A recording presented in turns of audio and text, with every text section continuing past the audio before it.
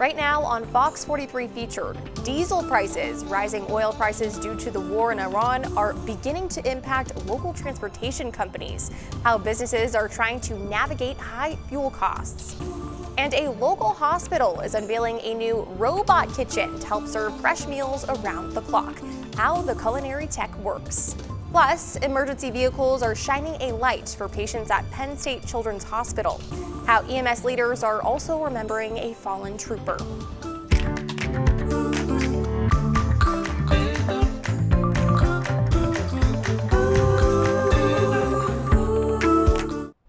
Thanks for joining us for Fox 43 Featured. I'm Sedona Meadows. For the next half hour, we'll be highlighting some of our top stories of the week. Diesel prices have increased by $1 a gallon since the start of the war in Iran. Fox 43's Matt Kleindentz examines how the price hikes are impacting trucking companies in our region. Trucking companies are feeling the pain at the pump as the Iran war continues to drive oil prices. You see that, and then the next thing you look at is, okay, so now what can we do to help compensate for that? Gas stations across Pennsylvania are now selling diesel for more than $5 a gallon, according to AAA, as fighting in the Middle East approaches its second week. Bruce Vick, the general manager at Hartman Trucking in West Manchester Township, says his company's fuel costs have gone up 25% since the end of February. When it's $12,000 or $13,000 and now you're spending $15,000, that's a couple $1,000s a year. You know, it's $100,000 a year impact.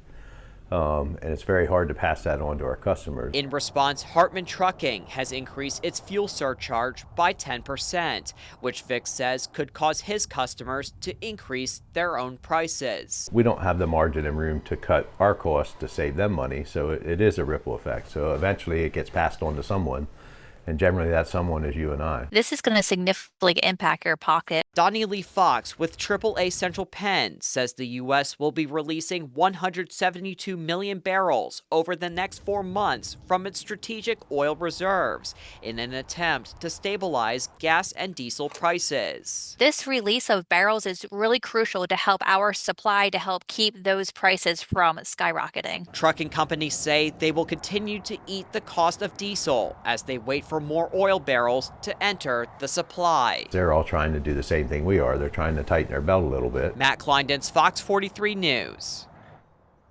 The American Farm Bureau warns that the Iran war is also driving up the price of fertilizer for farmers across the country. In York County, Flinchbaugh's Orchard and Farm Market reports that quotes for fertilizer have gone up between 15 and 25% since the start of the war. Co-owner Mike Flinchbaugh says those prices will further cut into his profit margin for crops like wheat and corn. He says he will either reduce the amount of fertilizer in his fields or switch to planting different crops this spring. We are starting to get a little late in the season. You know, we're starting to have a lot of our inputs locked in already to grow the acres of crops that we had planned. The American Farm Bureau is recommending the Trump administration to use Navy escorts to transport fertilizer supplies through the Strait of Hormuz. In Chester County, a state trooper has died after being shot during a traffic stop. Corporal Timothy O'Connor responded to a call to investigate an erratic driver Sunday night. When the corporal was approaching the vehicle, the driver opened fire and fatally shot him. Authorities say the driver then shot and killed himself. During a news conference, Governor Josh Shapiro, along with the state police commissioner and the Chester County district attorney, gave their condolences to O'Connor's family. There are many questions, many of which will go unanswered. But the one thing we absolutely know for certain is that their son, their husband, was a hero. And he died protecting others. And that is a noble calling. The driver has since been identified as 32-year-old Jesse Elks. Governor Shapiro ordered flags across the state to be lowered to half-staff in memory of Corporal O'Connor. The Philadelphia International Airport announced that it's closing one of its security checkpoints due to the partial Department of Homeland Security shutdown. The announcement came through X saying, quote, TSA will temporarily close the Terminal C security checkpoint to help optimize operations across other checkpoints. The Post continues saying passengers can use pre-check lanes at several other terminals. Now, this decision coincides with more than 300 Transportation Security Administration workers leaving their jobs since the DHS partially shut down last month. Well, federal and state leaders joined York County officials to talk about ongoing response efforts to a scrapyard fire at J&K Salvage late last month. Environmental officials say they will soon transition away from an emergency response role after removing burned oil containers from the site. They add that fire crews have not accessed the building that stored the oil containers due to safety concerns. Now, EPA officials say they have soaked up more than 4,000 gallons of oil that spilled into the Codorus Creek during the February 25th fire. We have stabilized sort of the materials here on the scene. We have 3 sets of boom in the Codorus Creek that will continue there, as well as 3 sets of protection boom at downstream water intakes in the Susquehanna River. Now, according to the EPA, the oil booms will continue to remain in the Codorus Creek for the next few months to filter everything coming from the scrapyard. The PA Human Relations Commission held a No Hate in Our State town hall in Carlisle. The meeting follows white supremacist flyers being distributed throughout the borough over the weekend. For the meeting on Wednesday, community members gathered to hold a community vigil and counter march against the distribution of the flyers. Members of the PHRC said these type of meetings are crucial in the wake of hate speech. It's extremely important that communities respond very clearly that they will never be silent in the face of hate and that they are not intimidated. So this is a conversation that communities always need to have after this type of incident happens. The PHRC added the town hall as a part of a continued effort to combat discrimination in the state. Well, it's a new high-tech twist on food at WellSpan York Hospital. FOX43's Tyler Poglich shows us how a robot chef can prepare a hot meal in just minutes. At WellSpan York Hospital, there's a new member on the kitchen staff, and this one works 24 hours a day. The hospital recently installed an autonomous robotic kitchen that can prepare everything from pasta to salads, all at the push of a button. We wanted to have more access to hot, healthy food here on the campus. And so this allows us to provide meals 24/7, 365. Behind the scenes, dozens of ingredients are stored in bins that the robot can grab automatically. So when you see it taking ingredients, those fingers that are holding that little container, it's weighing everything that's coming out. All the recipes are built by weight. The robot follows recipes programmed by staff, cooking multiple meals at once and sending a text message when the order is ready. Most meals take just a few minutes to prepare. Hospital leaders say the technology helps solve a simple problem. A lot of times options in the middle of the night are things like grab and go. And sometimes you don't want to go far from your loved one when they are under care. And so this is centrally located within the hospital. It allows a very quick option for hot, healthy meals. The robotic kitchen member has been in the works for 2 years after hospital leaders saw a prototype. Now, staff are learning how to work alongside their newest teammate. A lot to learn still. We're going to continue to learn along the way and help them learn and grow. And if early reactions are any indication, this robot chef may quickly become one of the busiest workers in the building. Tyler Poglich, Fox 43 News. More than 100 emergency vehicles rolled past Penn State Health Children's Hospital in Dauphin County Tuesday night for the 5th annual Light Up the Night Parade. Fox 43's Sydney Nauman shows us how the event helps patients escape their hospital beds while shining a light on roadside safety. For kids spending their days in hospital rooms, this parade of lights and smiles brings the outside world to them. Elias Jackson first became interested in fire trucks after one visited his school. He says these were different. The yellow fire truck.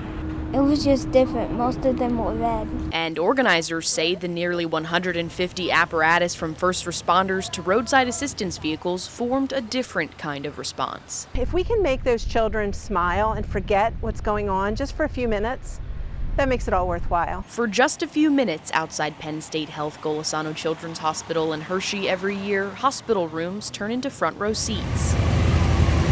It was really cool because I've never seen so many rescue vehicles at once. Jackson's mom says nights like these help families forget why they're at the hospital in the first place. They always find a way to get the families involved in the community, so it's definitely nice to kind of take our mind off of things. Definitely, it gets emotional that strangers can be so kind and compassionate. As red and blue beams passed by, so did shades of black. Near the front of the procession, a Pennsylvania State Police vehicle draped in black, honoring Corporal Timothy O'Connor, who was shot and killed while conducting a traffic stop. That was not a struck-by incident, but it was a tragic incident. We want to raise awareness of the need for people to slow down and move over when they see those emergency vehicles on the side of the road. A quiet reminder, these lights aren't just for show. I really like the one that had the green lights. They represent those who spend their days helping others. My favorite part is they help people. And while some say laughter is the best medicine, in Hershey, flashing lights work too. Sydney Nauman, Fox 43 News. A York County woman was just 34 when colon cancer hit. Now, during this colorectal cancer awareness month, why she says listening to her body saved her life.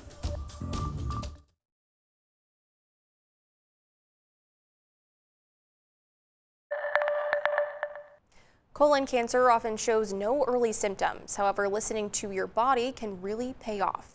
In this week's Health Smart Report, Fox 43's Amy Lutz shares how a 34-year-old York County woman beat colon cancer at a young age and now looks forward to getting screened. By day, Abby Schellenberger is busy editing stories in the Fox 43 newsroom. Come here. But behind the scenes, she has a story of her own, one that started when she was in her 20s. I went to the bathroom one day and there was blood in the toilet. Doctors dismissed any major issues, saying she was too young for a colonoscopy. Her stomach issues persisted, and she finally pushed for answers when she was in her 30s. I went and got my colonoscopy. The day before Halloween, my favorite holiday, I got the call that I had cancer. It was a total shock. No one in my family had cancer. I thought it could never, ever happen to me. I could never get cancer. Especially at the age of 34. However, she isn't alone. Recently, we have noticed the increase in incidence of colon cancer in individuals below 50 years of age. UPMC gastroenterologist Dr. Hassan Tariq says because of this, screening guidelines now recommend starting at age 45 for average risk adults. If we see any tiny growths called polyps, we remove them. The reason being that some of the polyps can eventually develop into cancer, so we are trying to prevent that from happening. Abby had 6 inches of her colon removed and is now 45 and cancer-free. And she says she actually looks forward to getting a colonoscopy. They're not fun, but, it gives me that peace of mind. It is worth it to know that you do not have cancer. And she hopes becoming the story just this once will help spread the power of early detection and the peace of mind that comes from taking action. There are alternative screening tests for people who are at average risk of developing colon cancer. However, experts say colonoscopies remain the gold standard. With your Health Smart Report, Amy Lutz, Fox 43 News. A new WellSpan Health Hospital is now open in Newberry Township, York County. The new hospital near Interstate 83 features diagnostic capabilities, including ultrasound, x-ray, and laboratory services, an emergency department, and 10 inpatient beds. It's one of 3 new hospitals WellSpan is opening early this year, including facilities near Shrewsbury in York County and another near Carlisle in Cumberland County. Well, Fox 43 is continuing its partnership with the American Red Cross and hosted another blood drive this week in York County. At the blood drive at the York JCC on Thursday, American Red Cross officials stressed the need to collect blood to help with a severe national shortage after blood supplies fell to 35% back in January. Now, one York County resident made a Power Red donation due to her rare blood type, providing a needed service without giving it a second thought. Because they are in such a need that if I can do it, I'm going to do it. So volunteering for as much as I can is something I like doing. So if I can help out other people in the world, then I have no problem with it. Now, we do want to thank everyone who made it out this week. And if you missed this blood drive, you can help the shortage by finding your nearest blood drive at redcrossblood.org. Thousands of people in York County face food insecurity. Ahead, how the York Benevolent Association is serving the community by providing access to basic necessities for those in need.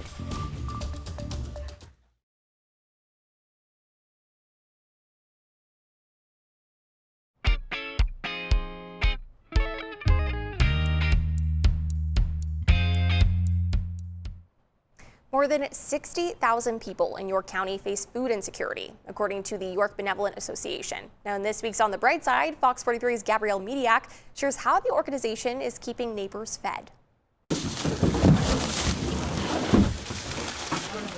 The York Benevolent Association has been helping people across York County for more than 160 years.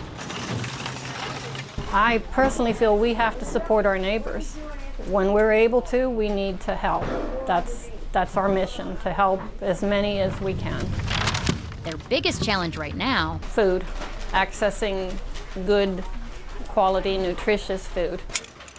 If you're raising a family today, it's hard. Both parents have to work. It's really difficult. Executive Director Carlene Faribaugh says the need has doubled since her journey with the organization began.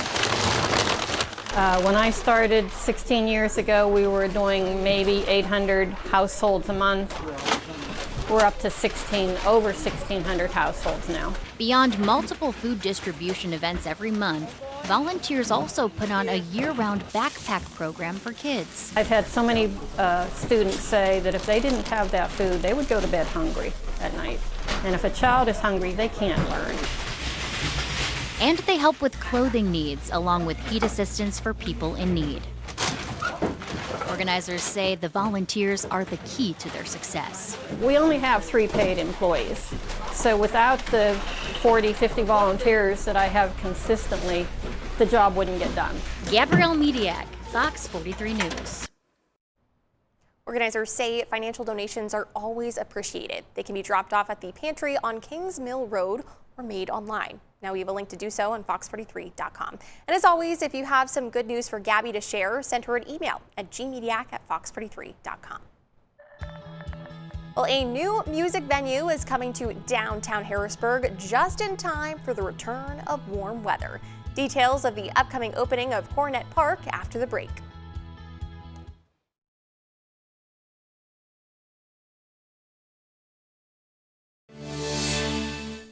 A new downtown space is set to open in Harrisburg, with project leaders making it an outdoor destination for community events, live music, and more. Fox 43's Melina Brown has more on what you can expect at the venue opening, which comes just in time for the return of warmer weather.